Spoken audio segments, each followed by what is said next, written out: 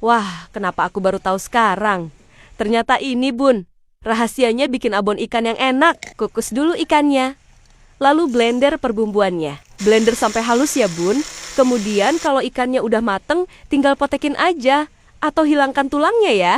Nah, masukkan deh ke dalam blender dan blender sampai halus. Kalau udah halus, masukkan ke wajan. Tambahkan bahan-bahan lainnya yang sudah aku tulis. Selanjutnya, tinggal diaduk-aduk aja. Sampai rata, Bun. Masak sampai agak menyusut ya. Nah, kalau udah menyusut, hilangkan daun-daunnya. Masak deh.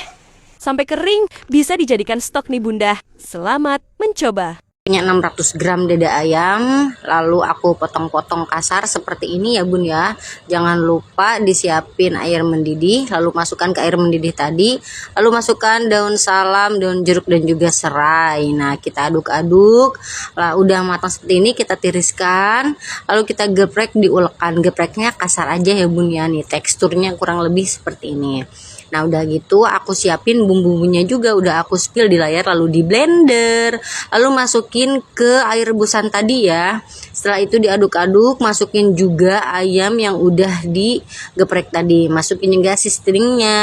Nah ini udah, kalau udah selesai dimasukin bumbu-bumbuannya juga. Jangan lupa masukin santan ya Bun ya. Ini aduk-aduk sampai kering seperti ini, sampai kering banget seperti ini. Nah udah kering lalu kita angkat, tumbuk lagi diulekkan seperti ini teksturnya ya. Udah gitu udah selesai, kita masukin ke wajan, disangrai sampai dengan kering nih. Teksturnya seperti ini.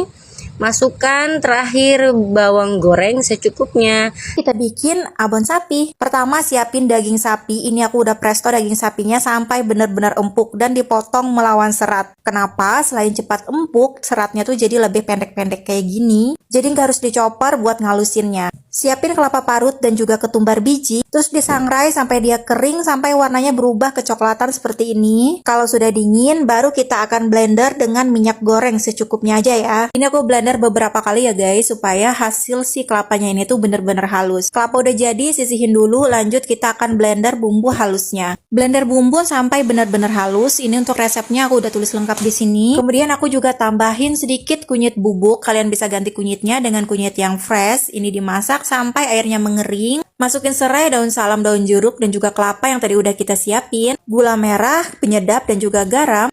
Aduk hingga rata dan masak sampai bumbunya ini benar-benar matang. Kalau udah matang baru masukin daging sapi yang tadi udah kita haluskan dan udah empuk. Tinggal dimasak dengan api kecil sambil terus diaduk sampai agak kering dan bumbunya ini udah menyatu sama dagingnya. Dan ini aku udah nggak tambahin minyak lagi karena tadi kan minyaknya sudah masuk pas blender si kelapanya.